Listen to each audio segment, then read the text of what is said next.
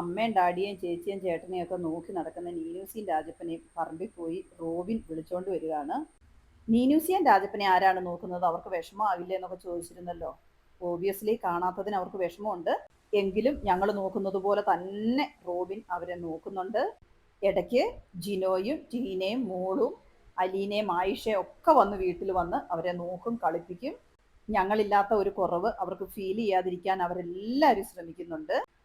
Robin വീട്ടിൽ തന്നെയാണ് കിടക്കുന്നത്, അവരോടൊപ്പമാണ്. റോബിൻ ജോലിക്ക് പോകുന്ന സമയം അലീനയോ ആയിഷയോ വീട്ടിലാക്കിയിട്ട് ജിനോ സമയം കിട്ടുമ്പോഴെല്ലാം വരും. പകല് ഇവരുടെ കൂടെയൊക്കെ കളിച്ചുകൊണ്ട് നടക്കുന്നത് കൊണ്ട് നീനൂസിനും അത്ര വലിയ കുഴപ്പമില്ല. സന്ധ്യ ഒന്ന് മയങ്ങി കഴിഞ്ഞാൽ നീനൂസിന്റെ രാജപ്പനും കൂടെ ഗേറ്റിലേക്ക് പോയിരിക്കും. എത്രയായാലും ഡാഡി അമ്മയും രാത്രിക്ക് വരാതിരിക്കില്ല എന്നൊരു ചിന്തയിലാണ് അവര്. പിന്നെ കുറച്ച് വിഷമമാണെന്നാണ് കേട്ടോ റോബിൻ പറഞ്ഞത്. പക്ഷെ ആ കുറവില്ല. റോബിന്റെ കൂടെ തന്നെ റൂമിൽ കയറ്റി കിടക്കും രണ്ടുപേര്.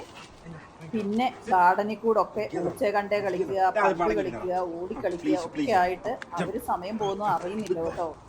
ഒരിക്കലും ഇവരെ തന്നെ ഇട്ടിട്ട് ഞങ്ങൾ പോരില്ല, കിണലിലാക്കുകയില്ല. ഇവരെ എപ്പോഴും കണ്ടു വളർന്നിട്ടുള്ളവരായതുകൊണ്ട് അവർക്കും യാതൊരു അപരിചിതത്വവും എന്നും വീഡിയോ കോൾ വിളിക്കുന്നുണ്ട്. അവരെ കാണാതിരിക്കുന്നതിന്റെ വിഷമം ഞങ്ങൾക്ക് ചില്ലറയൊന്നുമില്ല കേട്ടോ, ചങ്ക് പൊട്ടുന്ന വിഷമമാണ്. പക്ഷെ എന്ത് ചെയ്യാനാ, കുടുംബക്കാരെയും കൂട്ടുകാരെയും പ്രായമായ മാതാപിതാക്കളെയും ഒക്കെ കാണാൻ വർഷത്തിൽ ഒരിക്കലെങ്കിലും വരാതെ പറ്റില്ലല്ലോ.